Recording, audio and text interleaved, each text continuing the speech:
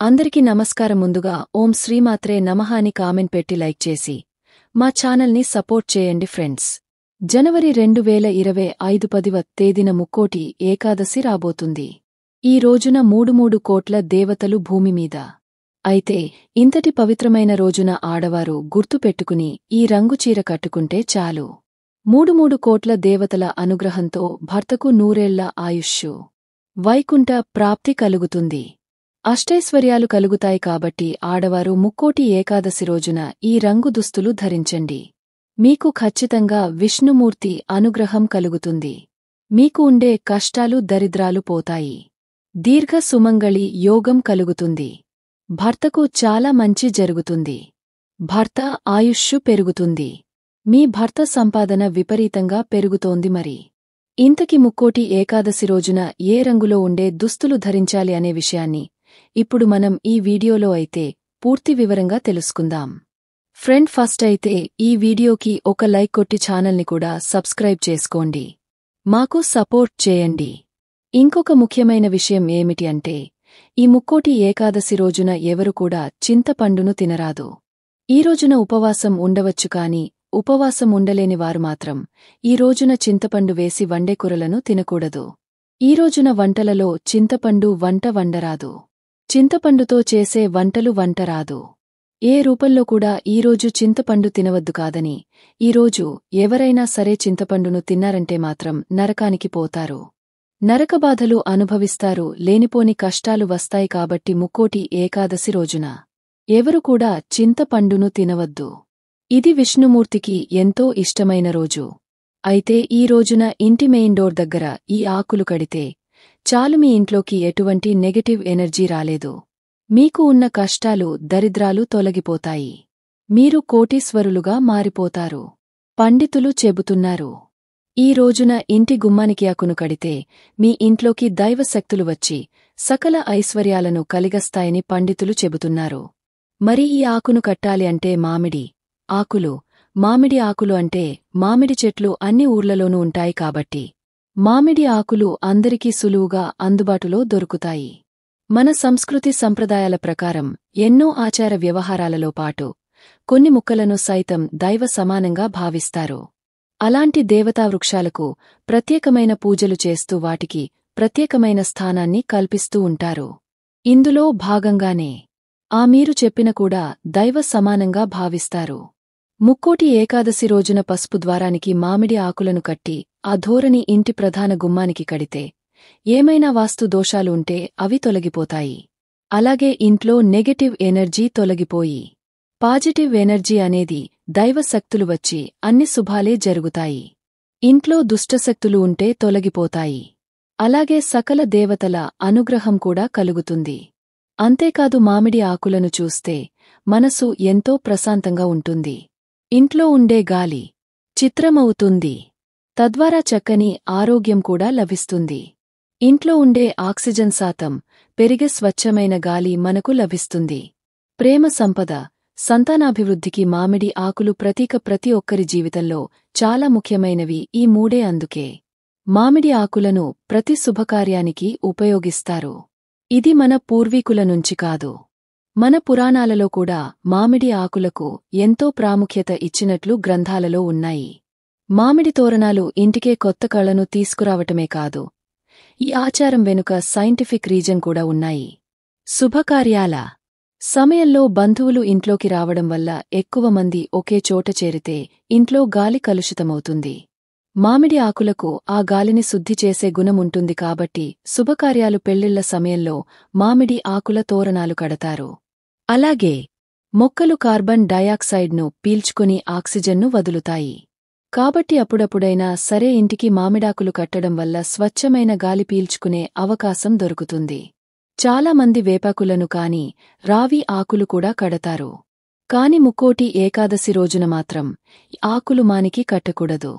కేవలం మామిడి ఆకులు మాత్రమే కట్టుకోవాలి. ఎందుకు అంటే, భూమాని కట్టే వాటిలో ప్రధానంగా మనం మామిడి ఆకులకే ఫస్ట్ ప్రయారిటీ ఇచ్చారు మన పెద్దలు. ఆ తర్వాత శ్రేష్టమైన వేప ఆకులు ఇవేమీ దొరకకపోతే రావి ఆకులు కట్టుకోవచ్చు. కనుక ముక్కోటి ఏకాదశి రోజున అందరూ ఇంటి గుమ్మానికి మామిడి ఆకుల తోరణాన్ని కట్టుకోండి. ఇలా కట్టుకోవటం వల్ల ముక్కోటి దేవతల అనుగ్రహం కలుగుతుంది. ముక్కోటి దేవతలు మీ ఇంటికి వస్తారు. పాజిటివ్ ఎనర్జీ బాగా పెరుగుతుంది.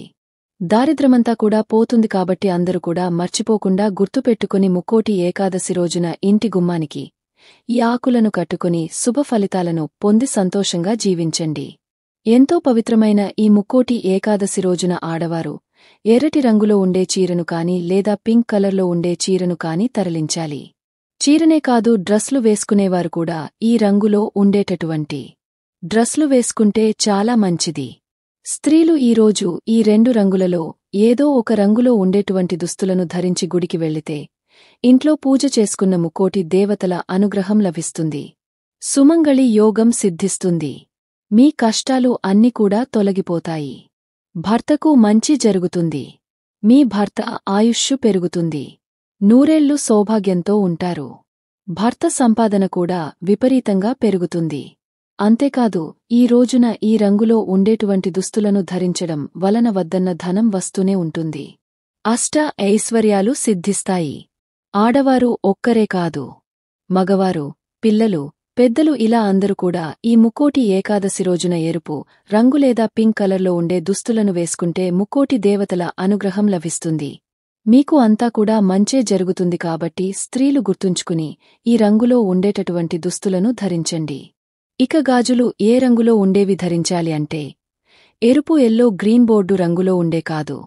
అయినా సరే తరలించవచ్చు. ఈరోజు రంగులో ఉండేటటువంటి గాజులను ధరించడం వలన లక్ష్మీదేవి అనుగ్రహం కలుగుతుంది.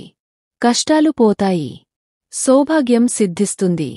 ధన సమస్యలు రాకుండా ఉంటాయి. అపార ఐశ్వర్యం కలుగుతుంది. ఇక ముక్కోటి ఏకాదశి రోజున ఆడవారు ఈ రంగు దుస్తులను ధరించండి. కీ రంగు కాజల్. ఏ రంగు గాజులను అంటే ఎరుపు, ఎల్లో, గ్రీన్ కలర్లో ఉండే గాజులను ధరించండి. ముక్కోటి దేవతల అనుగ్రహంతో సకల ఐశ్వర్యాలు సిద్ధిస్తాయి. ముఖ్యంగా ఈ ముక్కోటి ఏకాదశి రోజున లక్ష్మీనారాయణులను తులసి ఆకులతో లేదా తులసిమాలతో పూజించాలి. మీ పూజగదిలో లక్ష్మీనారాయణుల ఫోటో ముందు తులసి ఆకులను పెట్టాలి. అలా పెట్టడం వలన జన్మల పాపాలు పోతాయి.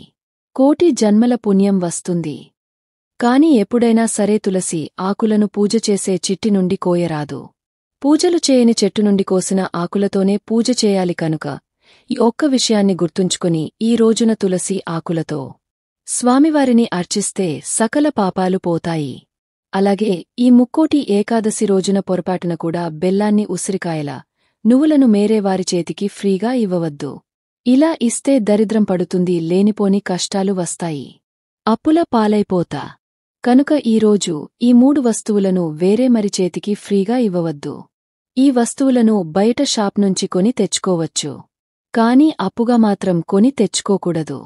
అప్పుగా ఇవ్వకూడదు, తీసుకోకూడదు. కనుక ఈ విషయాన్ని అందరూ కూడా గుర్తుపెట్టుకోండి. అలాగే ఈ ముక్కోటి ఏకాదశి రోజున ఆడవారు తలలో పసుపు రంగు పువ్వులను అంటే చామంతి పువ్వులు కాని, పసుపు గులాబీ పువ్వులుగాని ఇలా ఏదో ఒక పువ్వులు పసుపు రంగులో ఉండేటటువంటి పూలను తలలో పెట్టుకోండి. అలా పెట్టుకుంటే సంవత్సరం అంతా కూడా మీకు సంతోషంగా ఉండగలుగుతారు. దీర్ఘ సుమంగళి యోగం సిద్ధిస్తుంది.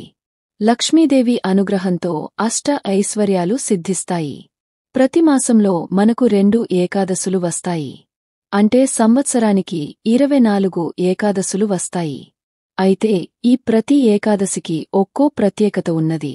అలాగే తను మాసంలో వచ్చే ఏకాదశిని వైకుంఠ ఏకాదశిగా, ముక్కోటి ఏకాదశిగా పురాణాలు తెలిపాయి. శ్రీవైకుంఠ ఏకాదశి పరమ పవిత్రమైనది. నమో సకల జగత్తుకు సృష్టి స్థితి లయకారకుడైన శ్రీమన్నారాయణుడికి ప్రీతిపాత్రమైన శుభదినం కూడా ఇదే. ఈరోజు ఉపవాసముంటే సంవత్సరంలో వచ్చే అన్ని ఏకాదశులలోనూ ఉపవాసం ఉన్న ఫలితం లభిస్తుందని విష్ణు పురాణం చెబుతోంది. మన సంప్రదాయంలో ముక్కోటి ఏకాదశికి ఎంతో ప్రాముఖ్యత ఉన్నది. ఈ ఏకాదశి రోజున ఎవరైతే ఉపవాసాన్ని పాటిస్తారో వారికి ఎన్ని బాధలు, కష్టాలు ఉన్నా కూడా అవన్నీ కూడా తొలగిపోతాయి. లక్ష్మీదేవి అనుగ్రహంతో పాటు విష్ణుమూర్తి యొక్క అనుగ్రహం కూడా కలుగుతుంది.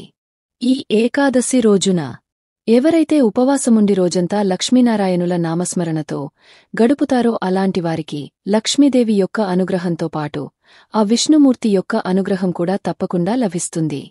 అలాగే ఈ వైకుంఠ ఏకాదశి రోజున తులసి చెట్టు మొదట్లో నేను కోయకూడదని శాస్త్రం చెబుతోంది. అలా పోస్తే లేనిపోని కష్టాలు వస్తాయి. ఈ ఏకాదశి రోజున తులసి చెట్టు మొదట్లో నీటిని కాకుండా 3 చుక్కల పాలు పోయడం వల్ల నా ఆర్థిక సమస్యలు తీరిపోతాయి. లక్ష్మీదేవి కటాక్షం కలుగుతుంది. ఎందుకు అంటే ఈ రోజున లక్ష్మీదేవి కూడా ఉపవాసాన్ని పాటిస్తుంది. అందుకే లక్ష్మీ స్వరూపమైనటువంటి తులసి చెట్టు మొదట్లో ఈ రోజున 3 చుక్కల పాలను పోయాలి. అదే విధంగా ఏకాదశి రోజున తప్పనిసరిగా ఒక్కసారి అయినా సరే ఇంట్లో శంఖాన్ని ఉండాలి. శంఖు శబ్దం ఎక్కడ ఉంటుందో అక్కడ లక్ష్మీనారాయణులు కొలువై ఉంటారని శాస్త్రాలు చెబుతున్నాయి.